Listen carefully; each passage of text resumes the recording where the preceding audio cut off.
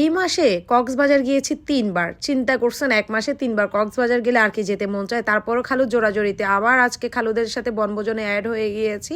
আমার মনে হয় কক্সবাজার যতবারই যাব ততবারই ভাল লাগবে, কারণ ওইটা আমার অনেক পছন্দের একটা জায়গা। তো ওখানে আমি আসলে বাড়ি করে ফেলার চিন্তা করতেছি, আপনারা দোয়া করবেন যাতে ওখানে পার্মানেন্টলি থেকে যেতে পারি। আসলে এটা একটা ফান ছিল, আবার কেউ সিরিয়াসলি নিবেন না। এই তো আমার ছেলের হচ্ছে মুড অফ, কারণ হচ্ছে একটু আর্লি ঘুম থেকে উঠে গিয়েছিল আজকে, দ্যাটস হচ্ছে মুড অফ। এখন আমরা আল্লাহ নাম নিয়ে রওনা দিয়ে দিব। অ্যান্ড রওনা দেওয়ার পর পৌঁছে গিয়ে ফ্রেশ হয়ে একদম নিচে চলে আসি, দেখি কি রান্না হয়। ওনারা বাবুর্চি নিয়ে গিয়েছিল, এখানে হচ্ছে যে গরু মাংস রান্না হচ্ছে, খুব মজা করে খাওয়া হবে। কারণ এইসব পিকনিক অ্যাটেন্ড করা মানে মজার মজার খাওয়ার, বাবুর্চির হাতে স্বাদের মজার খাবারগুলো খেতে আসলে খুব বেশি ভাল লাগে। নিচে হচ্ছে পার্কিংয়ে ওরা এই আয়োজনটা করেছে, আমরা ওখানে হচ্ছে বসে সবাই মিলে খাবো। আর এই তো এখানে আমি খালু সবাই মিলে আমরা রান্নাবান্না দেখছিলাম, আর আমি আপনাদের জন্য একটা ভিডিও করে নিচ্ছি।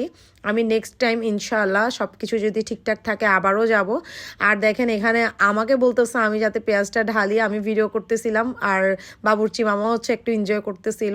দেন এখানে মিক্সড ভেজিটেবল হচ্ছে আর গরু হচ্ছে, সাথে আরও একটা স্পেশাল জিনিস হচ্ছে সেটাও দেখাবো। সেটা হচ্ছে আমাদের চিকেন রোস্ট, যেটা কিনা সবাই পছন্দ করে। এছাড়াও এখানে ডিম কারি হবে।